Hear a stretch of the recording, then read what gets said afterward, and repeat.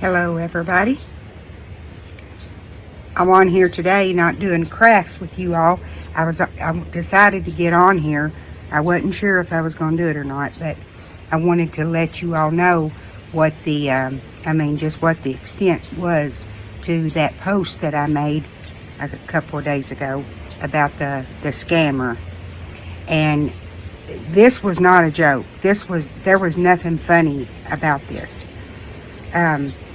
So what happened is that I'd been to the water park with 5 of the grandkids all day, and when I come home, it was probably about 3 o'clock, and all the kids, we were all inside getting ready to have lunch, and my phone rung, and it come up from Bardstown, and I immediately just took my phone and just stepped out on the porch because my kids are so noisy.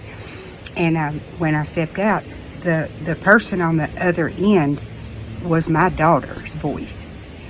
And I've got Kayla and Justin and Luke. And Kayla and Luke call me Mom, but Chasten calls me Mama.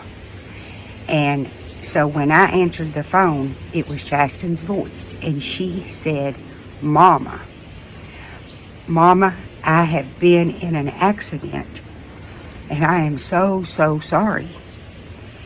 Well, it's just scared me so bad because I didn't know if she was hurt or what. And I knew it was her. And anyway, after she said that, a man got on the phone, and he had a very, very heavy Mexican accent. And he said, "Is this Chasten's mom, Tanya? Is that right? Is that your name?" And I said, yes, it is. And he said, I need you to go outside somewhere to where you're not around anybody else. He said, I'm a police officer, and I'm going to let you know what's happened here. He said, she's okay, but I need to let you know what happened. And so I said, okay. So I walked outside, and I got on the phone. I was on the phone with him, and he said, are you close to anybody? And I said, no, I'm not. I'm outside by myself. And he said, okay, well then let me tell you what's happened. He said, I'm not a police officer. He said, I'm with the cartel. And he said, I want you to know that your daughter was at the wrong place at the wrong time. He said, she's seen my face, and she's seen my vehicle. And he said, and not only that, he said, but she interrupted a deal that I was making, and thanks to her, I lost $900, and I want my $900 back, and if you don't give it back to me, I'm gonna kill her. Well, I'm gonna tell you right now, it scared me so bad. I was just trembling. I knew it was her because I just spoke to her. And it had to be her. It was her voice. And so I said, oh my God, okay. And I was on the phone, and I was just shaking all over. And he said, I need you to get in the car, and I want you to drive to the nearest Western Union and get me my money right now. And if you don't, he said, I'm going to kill the little bee. You know what I mean. So my husband walked outside, and I was just doing this. I didn't want my husband to talk. And he said, don't you talk to anybody. He said, do not let any, he did go to say, who's a good friend of yours? Who's a friend of yours that you hang out with the most? What's her name? And I said, Karen. And he said, okay, you address me as Karen. And so when my husband come outside, he said, what's going on? And I said, Karen needs to borrow $900. I need you to get your wallet and bring it to me. And my husband was like, what the hell is wrong with you? And I said, just get me your wallet and bring it to me and bring me the car keys. I was convinced. that it was my daughter on the phone and she was going to die if I didn't give him this $900. Well, the thing that I posted to show you where it had happened to another person, well, they put on there that it was 2 to 3 minutes of terror. Well, I'm going to tell you right now, there wasn't no 2 or 3 minutes of terror for me. It was more about 45 minutes to an hour. And it was horrible. So my husband was just like, oh no, there's something wrong here. But I would not let him talk. I was just doing this because I was scared to death.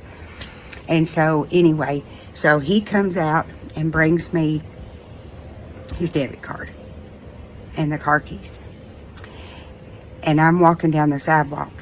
And this man is so mean, y'all. He is so mean. And he's telling me, don't talk to nobody. Get in the vehicle and leave. And my husband's coming down the sidewalk, of course. Actually, he had a pistol in his hand. He knew there was something bad wrong. And so I got in my car, and my husband was going to get in his car and follow me. And I was just shaking my head, telling him, don't. I'm going by myself. You know, I was just mouthing it to him. And my husband didn't know what to do. So I got in my car, and as I was driving, he said, okay, are you alone? I said, yes. And he said, okay, I want you to just make conversation with me. He said, I don't want you to say anything about what's going on this phone in case somebody traces the call or is listening in on the call or whatever. So he said, well, so how was your day today? And I said, really? How's my day? And I mean, it's kind of sounds a little funny, but I can promise you there wasn't nothing funny about it. So I got in my car, and he said, I want you to drive to the nearest convenience store. So I'm driving on the phone, which I don't do because I have anxiety as it is, you know. And I'm on the phone, and I'm driving. I'm shaking all over. I'm just scared to death and don't know what to do. I drive down about 5 minutes down the road to a store, and I said, I'm at the store. He said, walk in there and ask them if they've got Western Union and make dang sure I can hear you. But he's cussing. I mean, he sounds way worse than what I'm saying. And I go in and I ask them, and they said no, they didn't. And he said, get back in the car and find the nearest dollar store. So I'm driving around listening to him talk to me on the phone, and I go in the dollar store. I'm scared to death, y'all. And he's telling me, I better hurry up. He said, you know, you ain't gonna ever see her again if you don't get moving. He said, I ain't got time for this bullshit. That's what he said. So I go in the dollar store, and it was just horrible. I don't even know if I can finish telling the story. I was so scared. So anyways, I go in the dollar store and ask them the same question, and they don't have it either. So he tells me to get my, you know what, back in the car and go to the nearest Kroger. Well, I get on I-65 so I can get there faster. I'm driving down I-65, and I'm going like 100 miles an hour. I'm driving 100 miles an hour, this grandmother, and I'm on the phone with him. And he tells me I better not take any more calls. While I'm on the phone with him, I better not hang up. I'll never see her again, and all this stuff. And he's saying, do not put me on speakerphone, and just on and on and on. I've just got all these things he's telling me to do, and I'm freaking out at the same time. So I'm going down the interstate, and I'm on the phone with him. I'm going 100 miles per hour. Weaving in and out of traffic, trying to get to Kroger as fast as I can. Y'all, I passed a state trooper on the interstate. I'm going 100 miles an hour on the phone, hoping he will pull me over. He don't. This state trooper don't even pull me over. So then he says to me, he says, all right, this is what I'm going to do. I'm going to hang up now. And as soon as I hang the phone up, you're going to get a call from my boss. And you better answer it. He said, I ain't going to give you another chance. You don't make any phone calls after I hang this phone up. If you don't look at any text message, you don't do anything. When I hang this phone up, you be ready to answer from my boss. And I'm driving, y'all, fast. Well, as he's talking to me, a text message comes in from my daughter. So he hangs up, and when he did, I opened the text message, and it's my daughter, and she says, "What is going on, Mom? I'm at the doctor's office."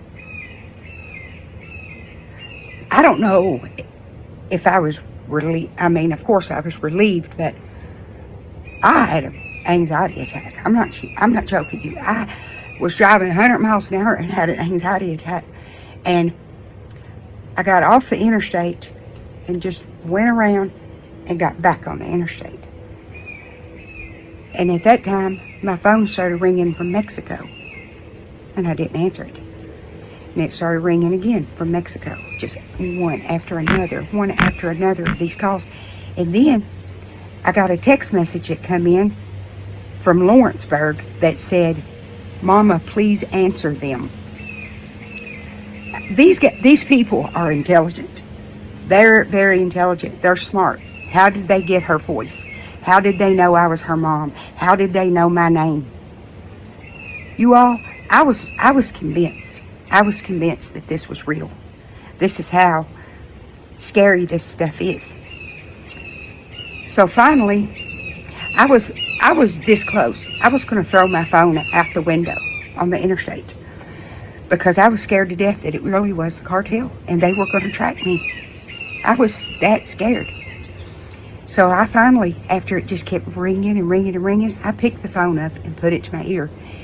And I'm not even going to say what he said to me, all of it, of the way he was cussing and what he was calling me. And I said, he said, "Why didn't you answer the phone like I told you to?" And I said, "Because my daughter texted me and told me she was at the doctor's office, so I know that she was not with you." And then I hung the phone up. I came home. I sat down. My husband had done called the police, had them